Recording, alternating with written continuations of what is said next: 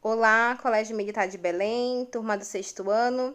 Então, essa é a nossa segunda videoaula sobre os hebreus, fenícios e persas. No primeiro vídeo a gente trabalhou só com os hebreus e agora a gente vai falar com os fenícios, vai falar sobre os fenícios e os persas, tá? Começando pelos fenícios. Os fenícios, eles viviam numa estreita faixa de terras que estava situada entre as montanhas do atual Líbano e o mar Mediterrâneo, como vocês podem ver aqui nesse mapa, tá? Basicamente aqui nessa área é que viviam os fenícios. E os fenícios, nas áreas férteis do seu território, que era cortada por pequenos rios, os fenícios, eles criavam gado e plantavam trigo. Também eles tinham videiras que usavam na produção do vinho e oliveiras, das quais eles obtinham azeitonas e o azeite de oliva.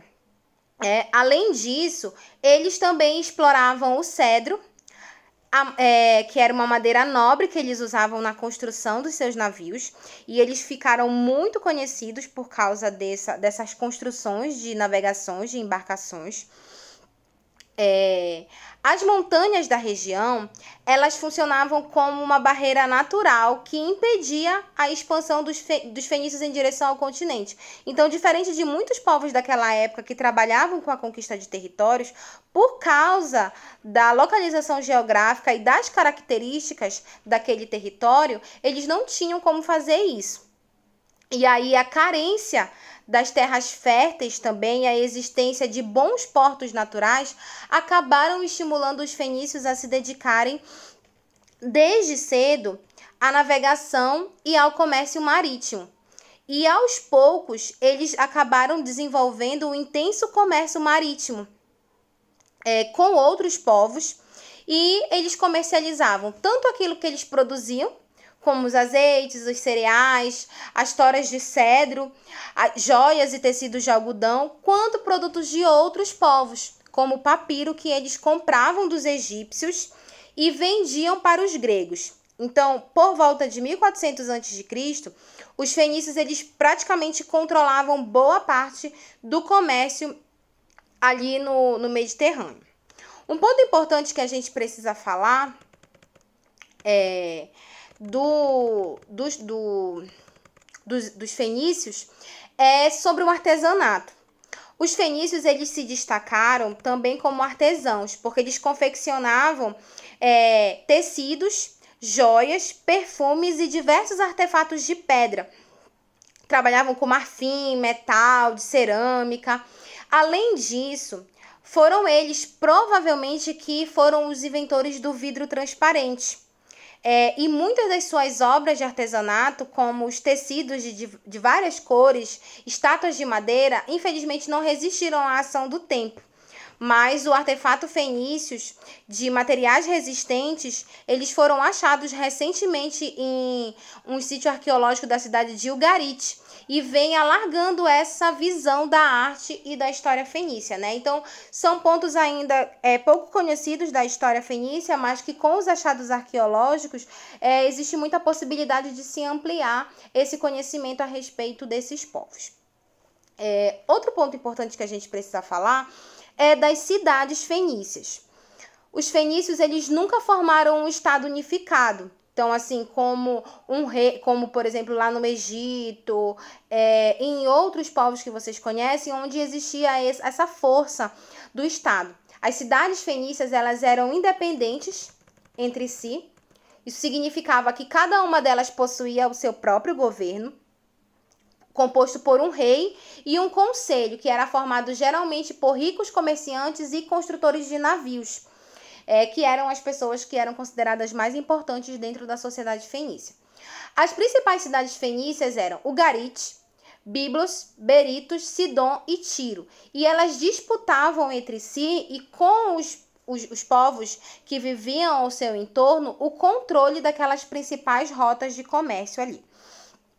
Entre mais ou menos 1400 e 700 a.C., as cidades fenícias, elas prosperaram muito. Inicialmente, elas elas estavam sob a liderança da cidade de Biblos e depois foi para Sidom e mais tarde de Tiro. Os mercadores de Biblos da cidade, eles trocavam o cedro por papiro com os egípcios. E aí, isso é uma curiosidade, né? Mais tarde, essa palavra Biblos, que era como os gregos chamavam o papiro, passou a significar livro, né? Para vocês verem como existia essa relação entre esses povos ali na antiguidade e que muitas palavras eles acabaram sendo trazidas. É um legado que a gente tem atualmente dessas cidades antigas. Outro ponto importante sobre os fenícios é o alfabeto fenício. Ele surgiu da necessidade de facilitar o comércio e agilizar a comunicação com outros povos. Isso fez com que eles desenvolvessem esse alfabeto, em que cada sinal corresponde a um som e não a uma ideia ou um objeto. O alfabeto fenício ele possuía mais ou menos 22 letras e todas elas eram consoantes.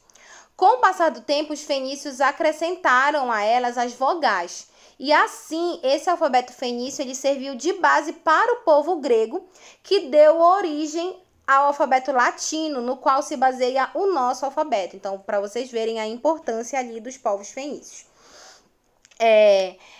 A Fenícia estava localizada numa área de intensa circulação de povos entre a Ásia e a África. E também a Europa, né? E as cidades fenícias, elas foram invadidas e conquistadas por impérios como o Egito, o Persa, o Império Macedônico e também o Romano. Em 64 a.C., com a conquista das cidades fenícias por Roma, chegava ao fim a história política dos fenícios, mas as suas contribuições para a história da humanidade, como o alfabeto desenvolvido por eles, significou uma verdadeira revolução nas comunicações e continuam presentes nas nossas vidas até os dias de hoje, tá certo? E, para a gente terminar, a gente vai falar sobre os persas. A Pérsia, ela estava situada no planalto do Irã, que era uma região montanhosa e com poucas planícies, aqui nessa área, que vocês estão vendo aqui do mapa, tá? E assim, a Pérsia, nesse planalto, essa região era uma região montanhosa, com poucas planícies. Ali, mais ou menos a partir do 2º milênio, estabeleceram-se diversos povos, entre os quais existiam os povos que eram conhecidos como medos e também os persas. Durante muito tempo, os persas eles foram dominados por esses povos que a gente conhece como medos, que vocês vão conhecer ainda mais lá na frente. Mas por volta de 1550 a.C., um príncipe persa, de nome Ciro, ele liderou uma rebelião que foi vitoriosa e depois de dominar os povos da região, ele fundou o Império Persa. Visando a conquista de riquezas e os povos, o rei Ciro ele organizou um poderoso exército com o qual ele expandiu as fronteiras do império para várias direções. E assim, uma das principais características desse povo é o seu próprio império, que ficou conhecido por ser um império de muitas pessoas, impérios muito grandiosos. Os seus sucessores, Cambises e Dário, comandaram essas novas conquistas. E assim, o Império Persa passou a abranger uma área gigantesca que ia do Vale do Rio Nilo, no Egito, até o Vale do Rio Indo, na Índia. Então, era um império muito grande dentro do mundo antigo. Essa aí é uma imagem, é uma representação do rei Dário. Essa administração, gente, para melhor organizar, o que o Dário fez? Ele manteve o império dividido em províncias. Essas províncias eram chamadas de satrápias. E para administrar, ele nomeou funcionários da confiança dele, que ele chamava de sátrapas. E esses funcionários, por sua vez, eles eram vigiados de perto por inspetores conhecidos como sendo os olhos e os ouvidos do rei, né? Pessoas que vigiavam. Quando existia a dominação do Império Persa, que era um império muito forte e poderoso, muito grande, numeroso, os persas, eles permitiam que os povos dominados, eles mantivessem os seus costumes e a sua religião, mas exigiam que eles servissem no exército persa e pagassem pesados impostos. E essa é uma das justificativas pelo qual o Império Persa, ele era muito numeroso. Só que também tinha um problema, porque como eles não eram ali daquela origem, então não existia aquela obrigação de servir a pátria. Eles estavam ali mais por conta dessa dominação mesmo. E a fim de facilitar essa comunicação, o comércio e o deslocamento do exército persa no interior do império, o imperador Dário ele mandou construir um eficiente sistema de correio e uma rede de estradas. A principal delas era a estrada real, que ligava Susa a Sardes, que era umas cidades importantes lá do Império Persa. E tinha cerca de mais ou menos 2.600 quilômetros de extensão. Para percorrer os corredores reais, eles levavam a cavalo, mais ou menos eram 8 dias, sendo que cada um deles era responsável por um trecho da estrada, né? Então era uma forma deles tentarem manter a comunicação entre o exército do Império Persa. O imperador Dário I mandou também cunhar uma moeda única, que facilitou muito o comércio entre todos os povos ali daquela região, que estavam sob seu domínio. E entre as muitas mercadorias comercializadas no Império, haviam as peças de artesanato em ouro, prata e pedras preciosas feitas pelos artesãos persas. E o último ponto que a gente precisa falar, e aí a nossa aula já está terminando, é sobre a religião. Os persas, eles tinham uma religião muito antiga que foi reformada por Zoroastro.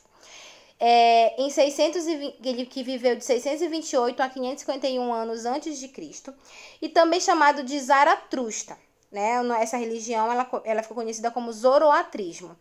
E para o Zoroatrismo, o universo ele é palco de uma luta permanente entre o bem e o mal, entre a verdade e a mentira. E é por isso que se diz que o Zoroatrismo ele é dualista.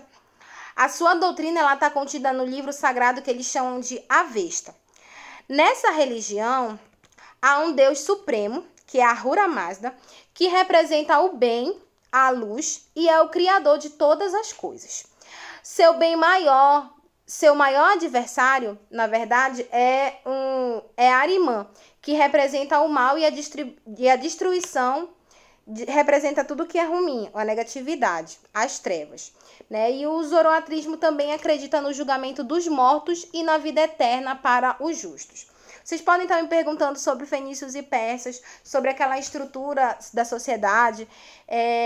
Na verdade, os povos do mundo antigo, eles tinham uma estrutura social muito hierarquizada. Então, vocês, tanto no Egito como na Mesopotâmia, eram muito parecidos. E assim também nessas religiões, era uma sociedade hierarquizada. Então, eu peguei aqui aqueles pontos que não tinham das outras sociedades que vocês já conheceram, para vocês saberem o que tinha de diferente ali, tanto no Império Fenício, como na civilização fenícia, como na civilização persa, tá certo? Então, todas as dúvidas que vocês tiverem depois dessas aulas, vocês podem entrar em contato através do chat, através das nossas mídias, para a gente tirar a dúvida de vocês.